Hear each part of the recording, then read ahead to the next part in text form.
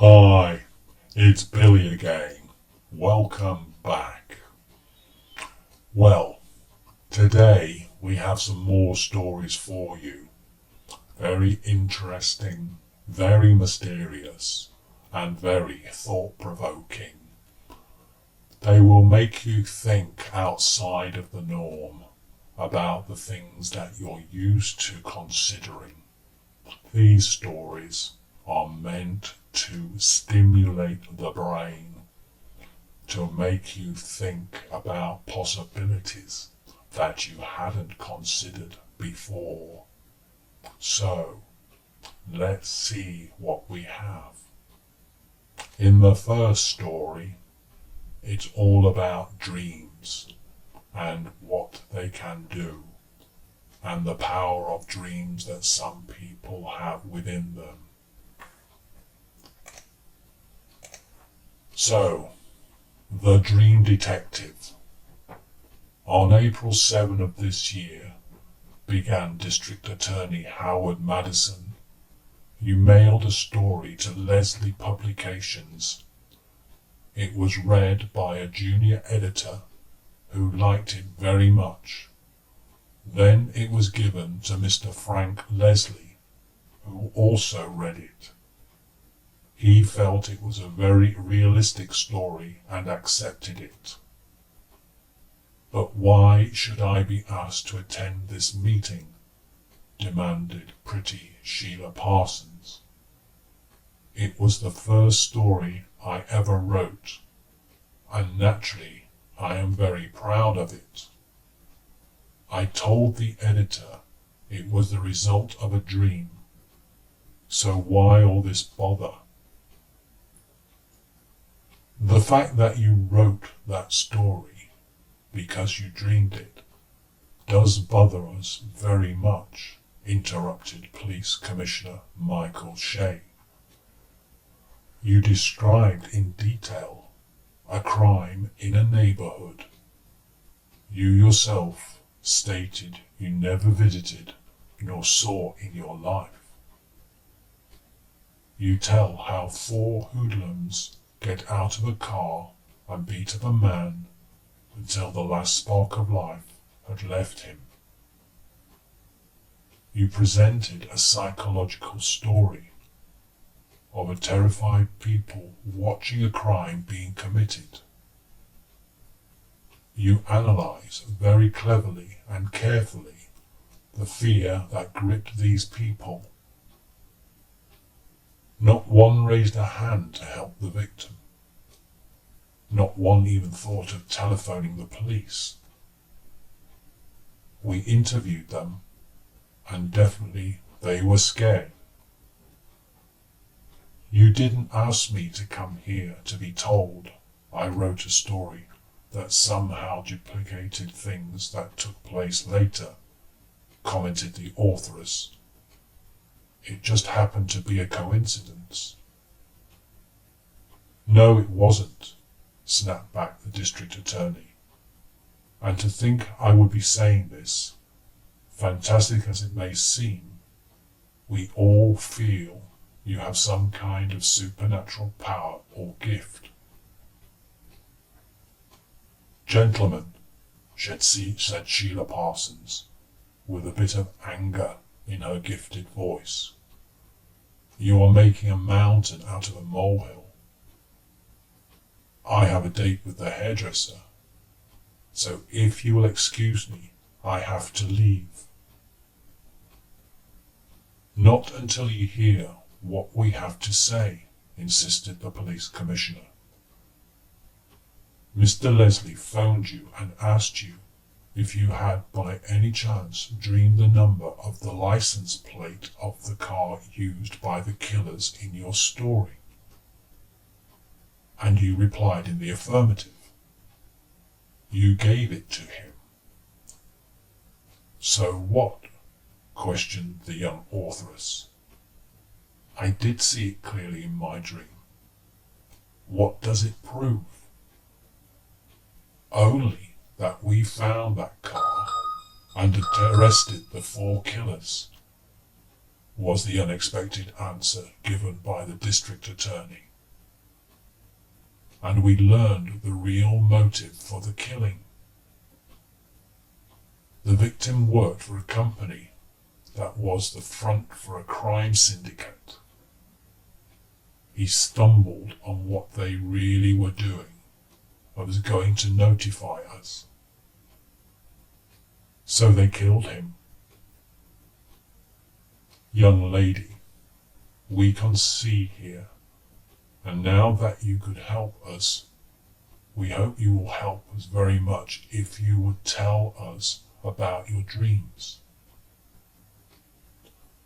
We find we must all accept that, somehow and for some unknown reason, you have this supernatural gift of dreaming what is about to take place.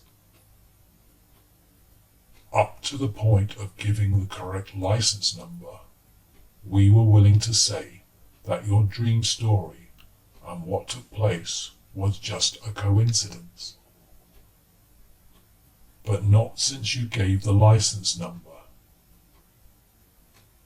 With your help, we can smash crime on all fronts. Please help us. I know now that you are all serious, said Sheila Parsons. But bear in mind that I haven't any idea how long will last this so-called gift of dreaming. What is going to happen? If you want me to help you, then you must let me join the police force. Make me some kind of special detective. Off the record, you can call me the Dream Detective. Officially, you can make me a research specialist.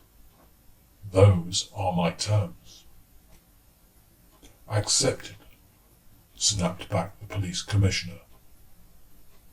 On the payroll, you will be assigned a job of looking for new ways to fight crime effectively, which is exactly what you are doing. Let me wish you all the success in your new work. And so, we shall tell you from time to time the various adventures of a most remarkable female detective, Sheila Parsons. Why she, out of the many millions of people, should have been chosen in something we will never know. From the scientific viewpoint, we know of no explanation for this unusual gift. The psychologists agree that dreams do have a meaning. Yet in her case, the meaning of each dream was very clear. Something was going to happen. The ability to foresee an event means also the ability, in most cases, to be able to prevent this from happening. So that was quite an incredible story about a woman who apparently had an amazing gift of foretelling the future through her dreams. Is this something we all have?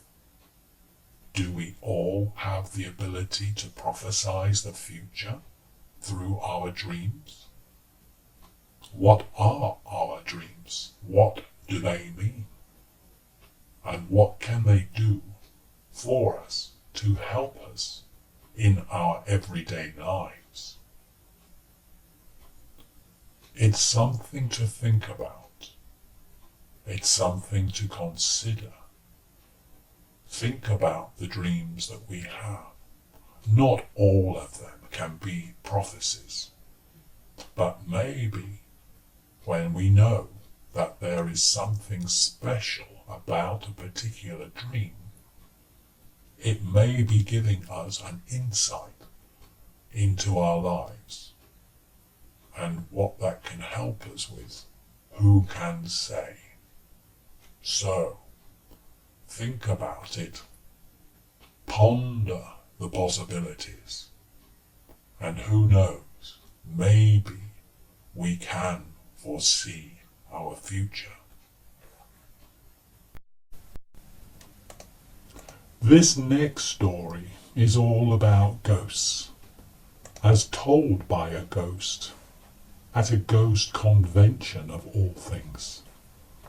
Sounds strange, I know, but there it is. So this is Gozo the Ghost, in Ghost Convention. Once a century, we hold the World Convention of Ghosts. Attendance is compulsory, and woe to the ghost that fails to show up for this most important meeting. I have been told that once the ghost did not attend just to see what would happen to him. And was his punishment terrible? He was assigned to haunt the inside of a tea kettle.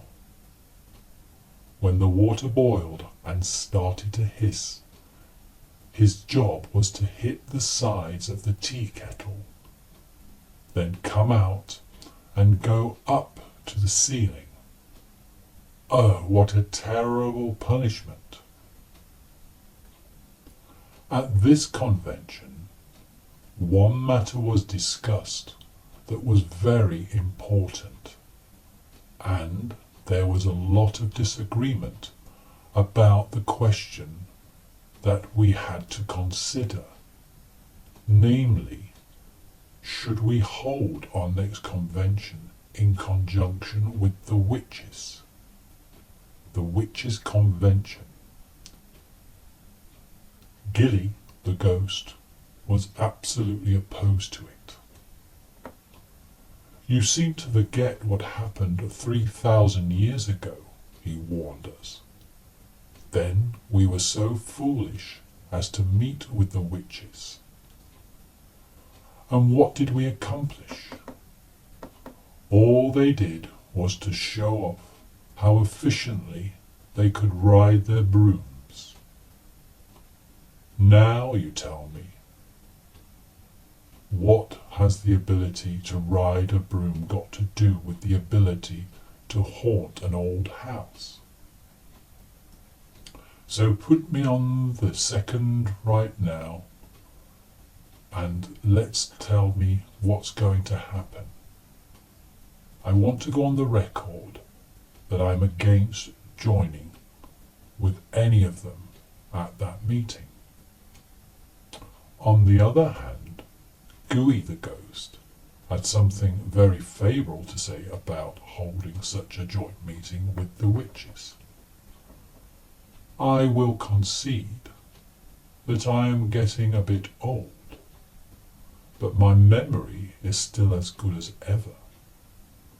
I like popcorn, and I can remember how the witches demonstrated their wonderful ability to give you popcorn without having so much noise when the corn started to pop.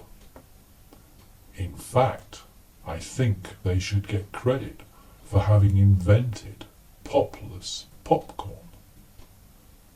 It was Wanda the witch who would throw up a pan full of corn into the air, then point at it with her left index finger. A flash of light and a flame would hit the pan, and just when it came down, it was now popcorn. And she always put the right amount of butter and salt on the popcorn. I say it now, and I say it again. I am in favour of having the convention with the witches next century. However, when the matter came to a vote, he decided it best to hold the meeting by ourselves. It was Gally the ghost who made the speech that clinched the matter. On the agenda for our next century meeting is the topic of our new qualifications for a ghost certificate. Let the witches set up their own standards on how to be a witch. We set up our on how to be a ghost. We will have to consider the length of time you are an apprentice ghost, how long you have to be an ordinary ghost, and when and how you become a master ghost. Remember, please, that we are living in a changing world. People are getting to be very sophisticated. Many of them never believed in ghosts. And if this trend keeps up, what will happen to us? For this can spell the doom for us all. Unless people do believe in us, we will not exist. And if we do not exist, oh, I just do not want to consider such a terrible possibility. We have to set up a program, and perhaps even allot some of our gold to getting future generations to believe in ghosts. There was tremendous applause when Gali the ghost had finished his remarkable and penetrating talk. And then Garaga the ghost had just these few important words to add. If we ghosts should ever become unemployed, I want you to remember that we are not eligible for unemployment insurance or relief. So do everything you can to see what we ghosts, and that we always have full-time employment. And if any of these witches try to take away the work that we all need, then I say we must declare war on them. And then they called on me to say a few words about the future of ghosts. And this was my short contribution. I predict that within the next 50 years there will be no more castles to haunt, and that will be terrible for the ghosts assigned to this duty. Therefore, we must make plans now in view of recent developments on how to haunt large apartment houses. Later, I will tell you more about people that we call ghosts. My name is Gozo the Ghost. An interesting little tale about ghosts and how they survive in the modern world and what their concerns are. It may sound very odd and a bit childish, but who knows? Maybe the ghosts do have a convention every year, or every century as in this story, and maybe they come together to express their concerns about their existence and their future. Now, I personally have many ghosts as friends, and they tell me that they are very concerned about their future. It is true that many of the buildings where they used to live and used to haunt are disappearing quickly, and they are being replaced by modern apartment blocks and business centres and garden centres and swimming pools and all sorts of odd places where we ghosts do not feel comfortable. This is what he said. Now, I'm a compassionate person, and I believe that all creatures of all types in this world need to consider their lives and their well-being and their employment. So, we should give a thought to the ghosts and know that they need our help. So, if we see or hear a ghost, express some words of support for them so they don't feel alone and they don't feel rejected by everyone else on this planet. Because after all, we all have to exist together. And we can do that in a very harmonious way, without stress, without can't say the word, without antagonism. That's a strange one. Dear. We need to get on together, to be peaceful, happy and well, so that we can get on with life without hassle, without problems. All we have to do is have a little bit of thought for one another. I think that's true. Now, I want to show you my cuff. Look at this. Look. How do you like that? These lovely red designs on my cuff. I have it on my other arm as well. Look, look. It's very, very beautiful. Now, has anyone any idea of what they mean? These symbols. You can see them on my hood too. Look. Yeah, you see? They're very, very good. They are old symbols, mysterious symbols. So go away and think about them. And if you have any ideas about what they are, leave a comment below this video and I would welcome your thoughts and see if anyone got it right. Okay? So, enough for now. Bye for now, and see you in another video very soon. Bye everybody, bye!